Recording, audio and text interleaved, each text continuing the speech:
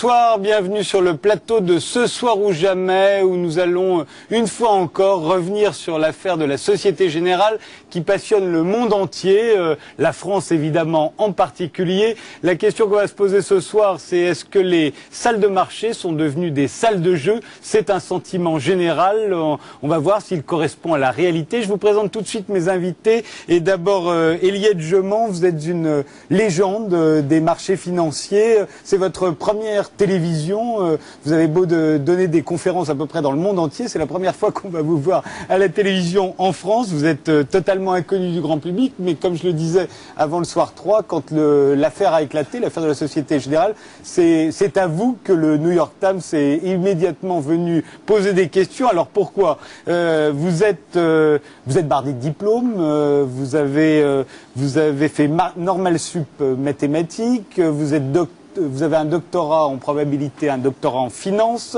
vous êtes une as des mathématiques financières. Vous avez été l'une des premières à marier les probabilités et la finance. C'est sans doute ce qui vous a rendu célèbre. C'était d'abord à Paris 6, puis à Dauphine. Aujourd'hui, je précise que vous êtes professeur à l'ESSEC et professeur à Londres. C'est certainement ce cours qui vous a rendu célèbre, qui a fait votre réputation jusqu'aux États-Unis. Je ne me trompe pas si je dis ça. Oui, ce cours et ma recherche et mes publications et mes étudiants et mes conférences. Des étudiants qu'on retrouve dans le monde entier. Est-ce qu'il y a une école française du trading, tous ces jeunes gens que vous avez formés et qui sont aujourd'hui sur toutes les places boursières du monde? En tout cas, je voudrais dire qu'il y a certainement une école française mathématique et elle est très belle et je voudrais la saluer. Il y a une école française probabiliste et elle est très belle et je voudrais la saluer.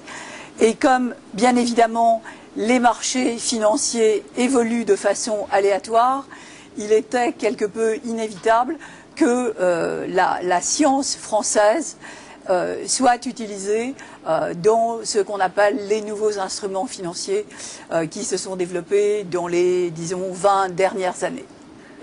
Je vous présente vos voisins, Eliette Jeuman, Tammy Cabage, vous êtes un ancien trader, vous avez exercé à Londres et sur le marché américain, vous êtes professeur à l'université d'Orléans aujourd'hui et vous êtes l'auteur de l'art du trading et de psychologie des grands traders. Michel Lejoyeux, vous êtes psychiatre, professeur à la faculté de médecine de Paris 7, vous êtes un des spécialistes des addictions et vous êtes l'auteur notamment de La fièvre des achats et du plaisir à la dépendance, dans lequel vous dénoncez une société qui nous pousse au toujours plus. Enfin, Stéphane Osmond, vous êtes énarque, vous êtes passé par des cabinets ministériels, par des grandes entreprises, vous avez acquis une expertise financière qui vous permet aujourd'hui de conseiller d'autres grandes entreprises, mais vous êtes également écrivain, vous êtes l'auteur d'une trilogie romanesque, le premier c'était Le Capital, c'était en 2004, le deuxième tome, Le Manifeste, est sorti en 2006, le troisième sortira le 18 mars, il s'intitule L'idéologie. Alors, ma première question, je vous la pose à vous, Eliette Jeuman, ce vedettariat de Jérôme Kerviel, je le disais tout à l'heure, il y a à peu près 800 000 occurrences en ce moment sur Internet qui le concernent, c'est devenu une vedette mondiale. Est-ce que ce vedettariat vous choque? D'une certaine façon, et je vous remercie de me donner la parole et de me donner l'opportunité de faire un point important à un instant où se multiplient les blogs dans lesquels M. Kerviel est décrit comme un héros. Sa page sur Facebook grossit chaque jour. Il est élu trader de la Société Générale de l'année. Mais il ne faut pas se tromper. Même s'il reviendra à l'enquête judiciaire d'établir si la terminologie de fraude est appropriée à son endroit, il est déjà clair à cet instant donné que M. Kerviel a fait prendre à la Société Générale et donc à ses petits déposants des risques inconsidérés. Il a mis en jeu 50 milliards d'euros, c'est-à-dire près de 2 fois ce qu'on appelle les fonds propres de la banque. Donc, pour moi, M. Kerviel n'est pas Robin des Bois. Pour moi, M. Kerviel n'est pas Albert Schweitzer. M. Kerviel est un trader dont l'objectif exclusif était d'optimiser sa trajectoire personnelle. Or, l'éthique est fondamentale dans le monde de l'entreprise et elle est incontournable dans la finance. Et je le dis fortement à tous ceux qui rêvent de faire de la finance demain, si l'éthique n'est pas dans votre référentiel, passez votre chemin et allez vers d'autres activités. Et enfin, sans être rébarbative, je mentionnerai un seul chiffre pour finir. Sur l'année 2007, la Société Générale devait déclarer 5,5 milliards d'euros de profit. Finalement, la Société Générale va déclarer un demi-milliard d'euros de profit, ce qui va entraîner pour l'État 1,5 milliard d'impôts de moins à recevoir de la Société Générale. Et 1,5 milliard d'impôts d'euros dans notre pays à cet instant donné, avec 1,5 milliard d'euros, vous aidez des jeunes entreprises innovantes, vous aidez des entreprises industrielles qui doivent développer des techniques et vous créez des emplois. Par conséquent, il est important que nous gardions à l'esprit que M. Kerviel ne mérite à aucun instant le titre de héros ce soir ni demain. On reviendra sur le cas de Jérôme Kerviel, même si on ne rentre pas dans les détails du personnage, mais la première question que j'ai envie de vous poser, c'est est-ce qu'il aurait pu ruiner la Société Générale? Est-ce que, comme Nick Leeson, en son temps, a ruiné la Barings? Est-ce que c'était possible? Je vous en prie, Eliette. Moi, je dirais, je répondrais de façon optimiste que les systèmes de contrôle auraient été mis en alerte avant véritablement que la Société Générale eût été en péril, c'est-à-dire que la quantité d'argent perdu eût véritablement avoisiné ce qu'on appelle les fonds propres, c'est-à-dire les 30 milliards, oui, 30-35 milliards 30-35 milliards d'euros. Mais donc, sur le papier, c'est possible. Un trader peut ruiner une banque de l'importance de la Société Générale, c'est-à-dire beaucoup plus importante que la Barings. Il l'a ruiné, Nick Leeson, avec 1,2 milliard de pertes uniquement. Votre avis? Disons que voilà, c'est difficile, mais c'est possible. Imaginons un moment que le marché est baissé de 20% très rapidement, ce qui s'est déjà vu dans le passé. Effectivement, là, la Société Générale n'aurait pas perdu 5 milliards, mais 10 milliards. Bon, ça reste tout de même inférieur aux fonds propres de la banque, mais voilà, ça reste quand même des sommes, des montants conséquents. Oui, et puis il s'ajoute à ça l'aspect un peu psychologique, c'est-à-dire que s'il y a une perte de confiance dans la banque et dans la capacité de la banque à assurer ses engagements auprès de tous les particuliers ou les entreprises qui ont des comptes bancaires à la Société Générale et que vous voyez gonfler la foule devant les succursales de la Société Générale parce que les gens ont peur d'une faillite et viennent retirer leur argent. C'est un peu ce qui s'est passé en Angleterre récemment avec la banque Northern Rock. On avait passé des extraits dans cette émission. Oui, il y a une crise de confiance, les gens se précipitent, d'où le fait que pendant 2-3 jours, ça a été une crise assez difficile à gérer parce qu'il ne fallait pas provoquer cette crise de confiance. Parce que crise de confiance veut dire que tous les déposants à la Société Générale, je crois que la Société Générale a 10 millions de comptes dans son bilan, c'était une crise de confiance majeure. Et c'est là où le risque. Alors, c'est vrai, je suis d'accord avec vous, c'est pas seulement le cas de M. Kerviel, de savoir s'il est pathologique, pas pathologique, gentil ou méchant.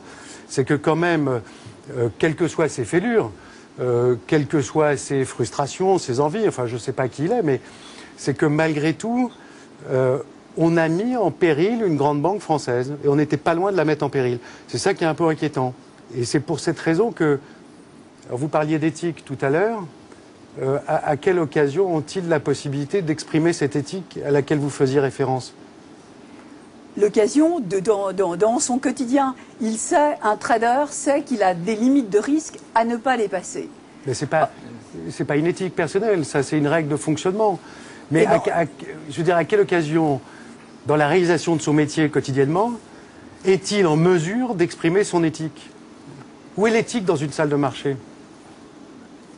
L'éthique, c'est normalement quelque chose qui est en vous avant de rentrer dans une salle de marché. Si on laisse rentrer dans une salle de marché des gens qui n'ont pas d'éthique, on est en très grand danger.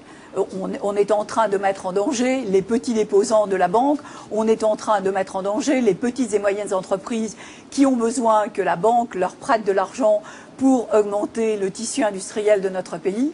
Par conséquent, pour moi, l'éthique doit être à l'intérieur de l'individu avant qu'il ne soit autorisé à rentrer dans la banque, avant qu'il ne soit autorisé à rentrer dans la salle des marchés.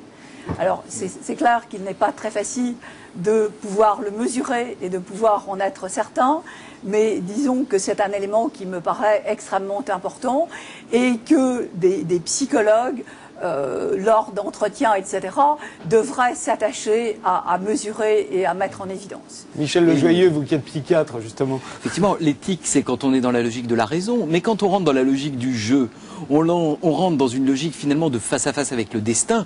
On le voit avec les joueurs de casino et on le voit là aussi dans certains aspects financiers. La différence entre un joueur normal et un joueur pathologique, c'est quoi? C'est que celui qui perd, il se dit je vais pas retourner au casino, hein, je vais plutôt passer quelques jours et me refaire. Ça, c'est le joueur normal. Ça, c'est le joueur normal. Le joueur pathologique est en face à face avec le destin, en face à face avec le sort, et il veut que ce qui lui a fait perdre, il veut se venger, il veut prendre une revanche vis-à-vis de ce destin. Donc, même, j'allais dire, avec la meilleure éthique personnelle qui soit, quand on est pris dans une logique de répétition, de défi, de jeu, et puis aussi même quand on a de l'éthique, on a des fois envie de frisson, on a des fois envie de frôler la norme, d'avoir des petits coups comme ça d'adrénaline, et peut-être qu'au moment de ces petits coups d'adrénaline, l'éthique se fendille un tout petit peu.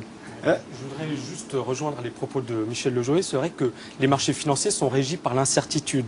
De nombreux travaux de recherche, notamment la finance comportementale, montrent qu'en situation d'incertitude, les individus ne sont plus du tout rationnels. Ils prennent des risques démesurés, ils refusent de prendre des pertes, ils commencent à moyenner à la baisse, etc. Et Jérôme Kerviel, bien évidemment, il y a l'aspect éthique. Hein. On pourrait parler de « je respecte les règles », c'est-à-dire je suis embauché pour... Bon, il avait une limite de 125 millions... Enfin, je pense 125. Son desk, oui, voilà, à ne pas dépasser. Ouais. Bon, il a tout explosé, mais l'éthique, c'est quand même bon. La Société Générale emploie 130 000 personnes.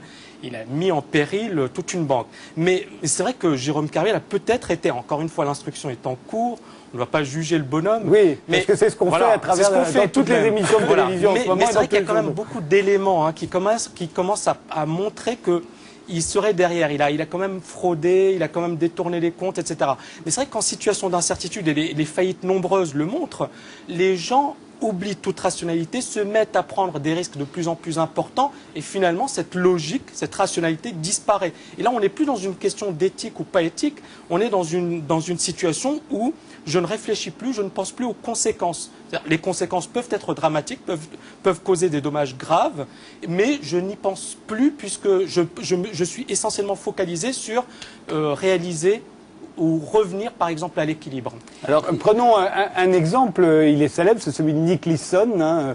Il travaillait pour la Barings en 1995. Il était à Singapour. Un film a été tiré de son aventure, hein, qui a mené à la comment on dit déjà, à la faillite de la Barings, une très ancienne banque d'affaires. Effectivement, le film s'appelle Trader. Il date de 1999. En voici un extrait.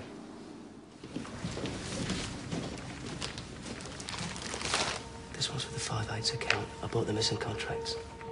£60,000? Shh. It was only 20 before. When the market went the wrong way, I had to cut the loss. What did Simon Jones say? Are you serious? He'd shut us down if he knew. Look, everything will be all right so long as we balance the books by the end of the month. How?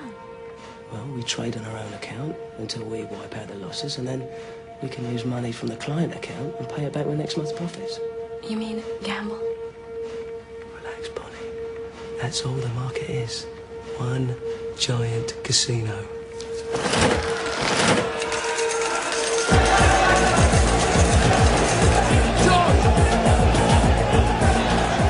I was counting on the fact that nobody looked at the books until the end of each month. As long as the 5/8 account showed a nil balance in the last day of the month, no one would suspect anything was wrong. But instead of winning back the position, we made more losses. And I had to borrow more money from the client account to keep them hidden.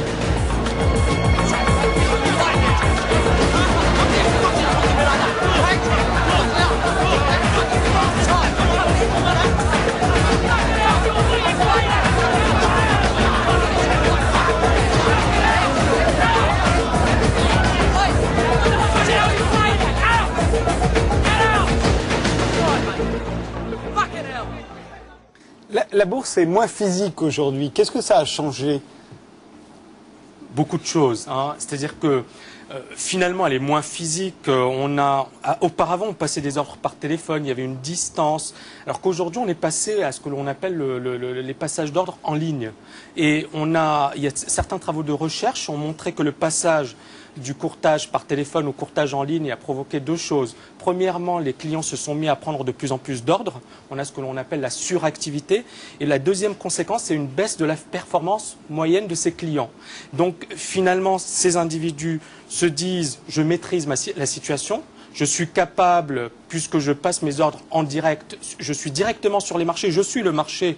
Donc il a l'impression de maîtriser les marchés et il est grisé quelque part par la toute-puissance et finalement il tombe dans le piège des biais psychologiques. Donc ça change pas mal de choses. Elisabeth Geumand, pour vous, la différence qu'il y a eu entre le passage à l'époque où on les voyait autour de la corbeille, hein, comme ça très physique, aujourd'hui c'est différent. Oui, et ce qui est différent, bien évidemment, c'est effectivement la quantité et le volume qui sont transactés. Il est clair que si l'on revient à la position que M. Kerviel a construite, elle était très importante parce qu'il a été capable, ne serait-ce qu'avec les liquidités qui étaient présentes sur les marchés, de construire une position aussi importante. Il y a 10 ans ou 15 ans, la liquidité qui était offerte sur les marchés était beaucoup plus petite et par conséquent, M. Kerviel n'aurait pas pu bâtir une position aussi exorbitante. Et je me permets juste de revenir 10 secondes sur ce que mon voisin a dit tout à l'heure, à savoir que quand les traders sont en situation d'incertitude, leur comportement change. Je voudrais dire que dès le départ, nous sommes en situation d'incertitude. En 1950, un journaliste américain demandait au grand Paul Samuelson, prix Nobel d'économie que j'ai eu l'honneur d'inviter au Collège de France dans notre pays, on lui demandait, Monsieur Samuelson, que vont faire les marchés? Et Paul Samuelson répondait, les marchés boursiers vont fluctuer. Et de facto, depuis 1950, les marchés boursiers fluctuent. Certains jours, on est à la hausse, certains jours, on est à la baisse. Et quand on est trader, on doit être capable de gérer à la fois la pression créée par la hausse et la baisse des marchés. Et on doit aussi être capable de respecter ses limites de risque et de savoir ce pourquoi on a été recruté et ce envers qui on a des devoirs. Ce n'est pas chacun fait ce qu'il veut sous prétexte qu'on est dans une banque. Et quand on est au casino, il faut se souvenir qu'on joue son argent. Je passe une partie de ma vie aux États-Unis. Je connais bien les casinos parce que certains éléments de ma famille en sont très friands. Mais au casino, vous jouez votre propre argent. Dans la salle des marchés, vous jouez l'argent des petits déposants, l'argent des clients de la banque, l'argent des fonds propres de la banque, ce qu'on appelle le portefeuille en nom propre de la banque. Et ça, c'est différent. Quand je m'occupe de vos économies, Monsieur Tadei, ou de celles de vos parents ou grands-parents, j'ai un devoir de limitation de mes risques qui peut être différent de celui que j'aurai quand il s'agit de mon propre argent. Et ça, c'est une responsabilité qu'il convient de ne pas passer sous le tapis, sous prétexte que tout le monde parle de finances, que les marchés financiers, c'est un endroit très glorieux. C'est pas pour ça qu'il est permis de faire n'importe quoi.